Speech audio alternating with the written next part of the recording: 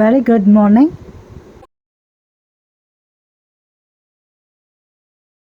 ஒரு காலத்தில் பண்டைய ரோமில் ஆண்ட்ரூகில்ஸ் என்ற அடிமை வாழ்ந்தான்.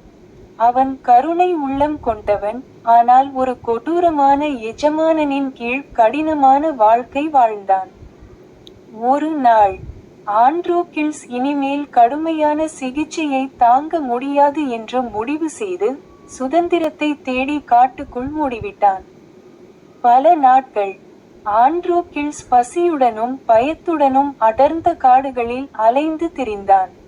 உணவு தேடிக்கொண்டிருந்தபோது திடீரென்று ஒரு உரத்த கர்ஜனை கேட்டது. அது அவனை தடங்களில் உறைய வைத்தது. ஒரு பெரிய சிங்கம் நொண்டி வலியால் உறுமியது.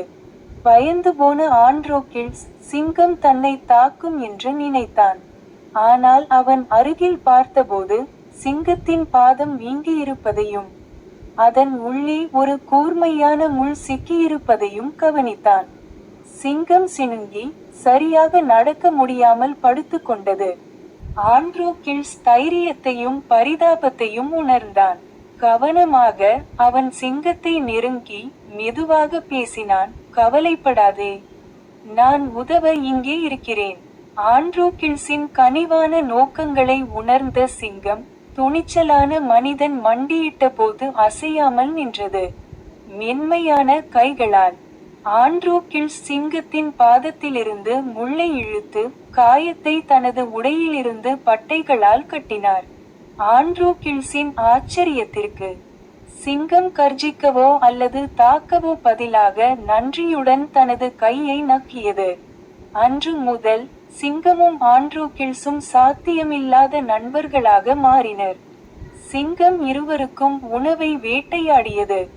மேலும் அவர்கள் ஒரு குகையை தங்கள் வீடாக பகிர்ந்து கொண்டனர்.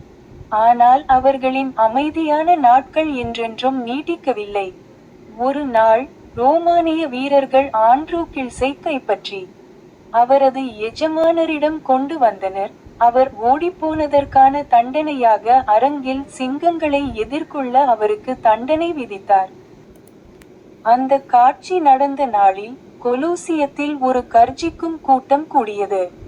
ஆண்ட்ரூகில்ஸ் அரங்கில் வீசப்பட்டார். அங்கு ஒரு கொடூரமான சிங்கம் அவரை தாக்க விடுவிக்கப்பட்டது.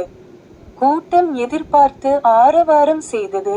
ஆனால் பின்னர் அசாதாரணமான ஒன்று நடந்தது. சிங்கம் ஆண்ட்ரூகில்ஸை நோக்கி ஓடியது, ஆனால் திடீரென்று நின்றது.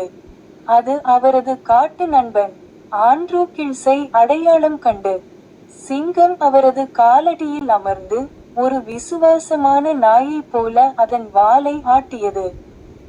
கூட்டம் ஆச்சரியத்தில் திகைத்தது. பேரரசர் அவர்களின் நட்பின் குறிப்பிடத்தக்க கதையை கேட்டு ஆண்ட்ரூகில்ஸை விடுதலை செய்ததாக அறிவித்தார். சிங்கமும் காப்பாற்றப்பட்டு நிம்மதியாக வாழ அனுமதிக்கப்பட்டது. ஆண்ட்ரூகில்ஸும் சிங்கமும் ஒன்றாக அரங்கை விட்டு வெளியேறின.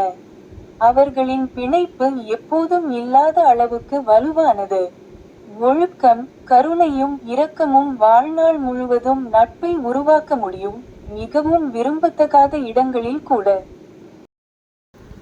Thank you and bye.